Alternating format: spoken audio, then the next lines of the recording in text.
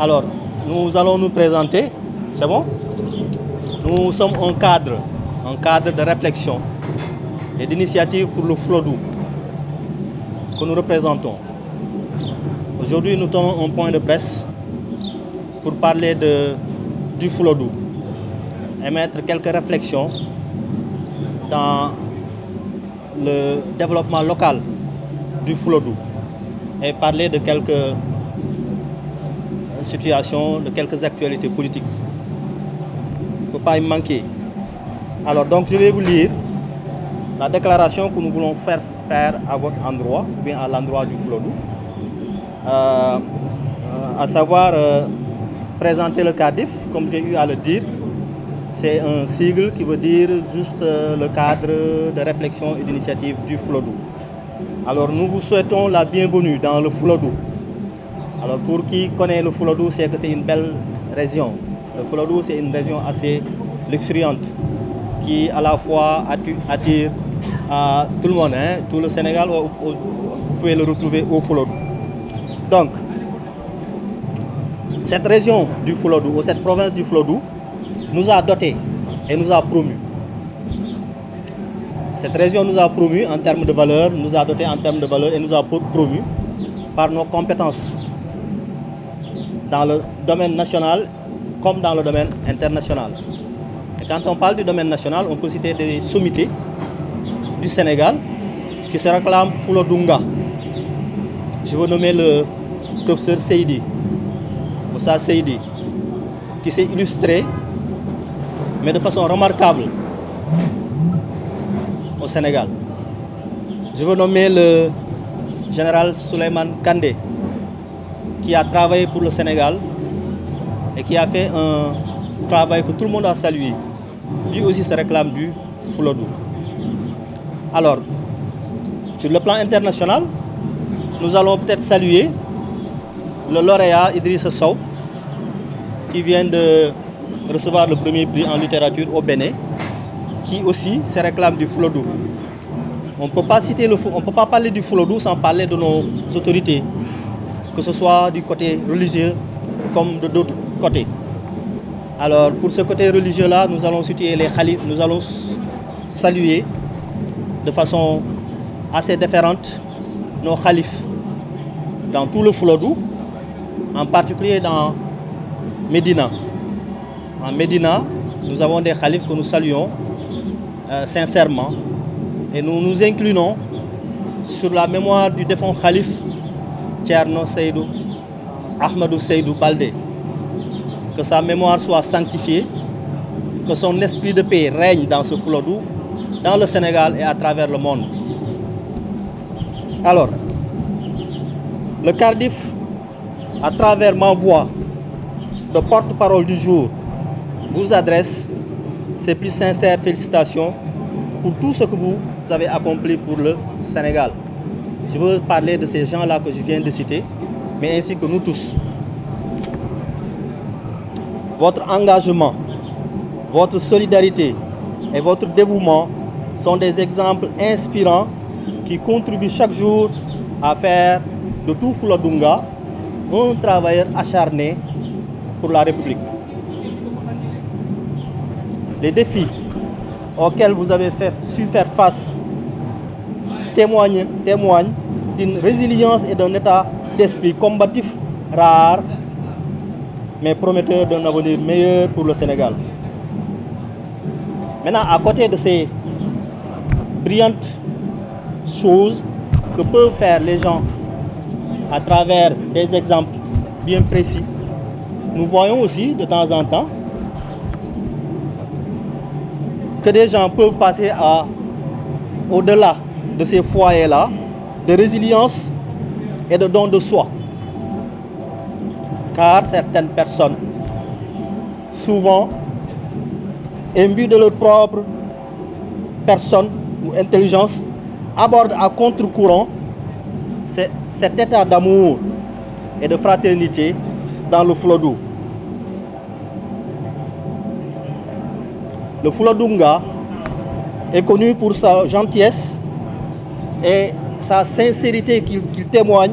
à tout étranger intra comme extramuros venus participer au développement du Fuladu. Ayant constaté, et ça, ce constat n'est pas que local, il est même d'ordre national, ayant constaté des dérives liées le plus souvent à des orientations religieuses et politiques, dont l'unique dessein est de saper la cohésion sociale entre communautés au Fuladu, le CARDIF juge important de faire entendre les préoccupations des concitoyens, soucieux d'un vivre ensemble dans les attentes et les valeurs communautaires du Fuladu. Nous souhaitons ainsi exprimer notre réprobation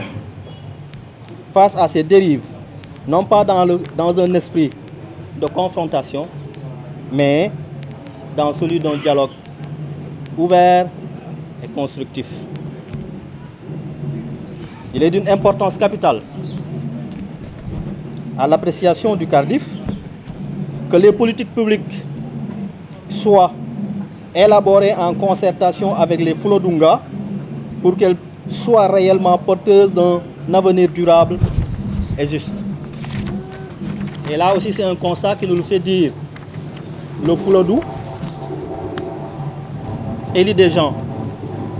qui, après élection, vont se refuser à Dakar. Et donc, si on lance ce cri de cœur, c'est en connaissance de cause et sans esprit de rébellion. Alors, le CARDIF encourage les hommes politiques promis par le Fuladu à manifester une considération à la hauteur de l'honneur ou la charge portée en leur personne par l'ensemble de la communauté en se départissant de ce faux manteau. Car là aussi c'est un constat. Le Fuladu aime son prochain, le Fuladunga aime son prochain. Dans toutes les provinces du Sénégal,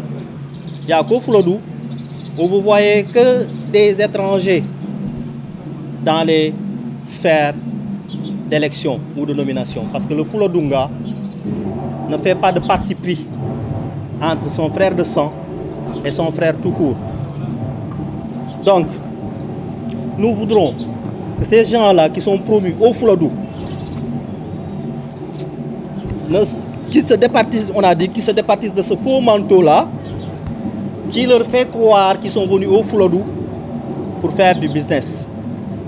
Quand on est promu par une communauté, il faudrait chercher à défendre les intérêts de cette communauté-là. Nous rappelons aux élus du Fuladu que leur mission, s'il en est une, doit être celle-là de la défense de l'intérêt du Fuladu et de sa population. Enfin,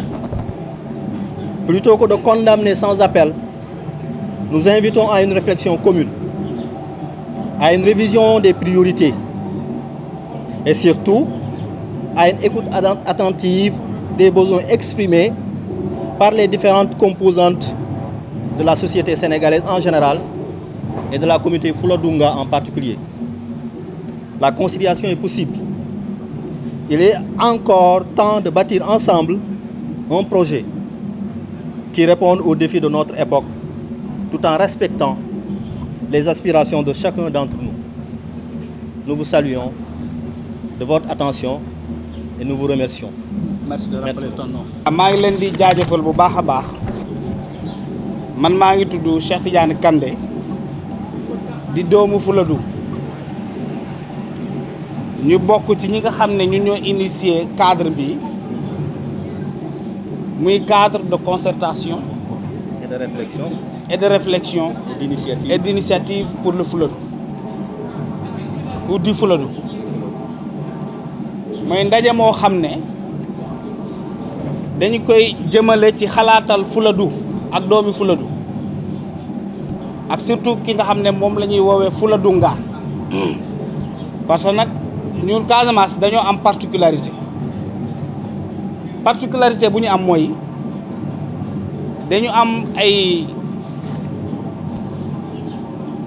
xeet yu bëri yu bokk ci benn région wala ci ñaar wala ba ñetti région parce que Casamance globalement ñetti région la muy Ziguinchor muy Sédhiou ak Kolda parce que bari na ñu nekk ci dëkk taax yi mag yi boo leen waxee Casamance xamuñu ne Kolda ca la bokk pour ñoom Casamance mooy Ziguinchor kese te Casamance yemul ci Ziguinchor dong Sédhiou ci la bokk mooy lo Pakaaw muy Balantacounda ak Fuladu nag yàlla def na ne mooy région bu gën a yaatu ci biir Casamance parce que Fuladu dem na ba Gambie Fuladu dem na ba Guinée Bissau Fuladu mu ngi ci biir Sénégal fees fa dell mooy Kolda particulièrement am na ñuy wax sax Fuladu dem na ba laal Guinée Conakry Fuladu nga nag boo leen ko déggee mooy ñii nga xam ne am na sant yoo xam ne ci lañ ko gën a ràññee mooy boo waxee Kande nga wax Balde nga wax Jaamanka nga wax Mbaalo nga wax Boiro nga wax Gaano nga wax Seydi nga wax Jaawo nga wax Saabali maanaam mënuma lim parce que dañoo bari ñooñu mooy Fuladungaa yi ñi nga xam ne ñoom ñoo ngi dëkk ci biir Fuladu waaye nag mu am lu ñuy seetlu ci jamono yii yàgg na sax d'ailleurs mooy Sénégal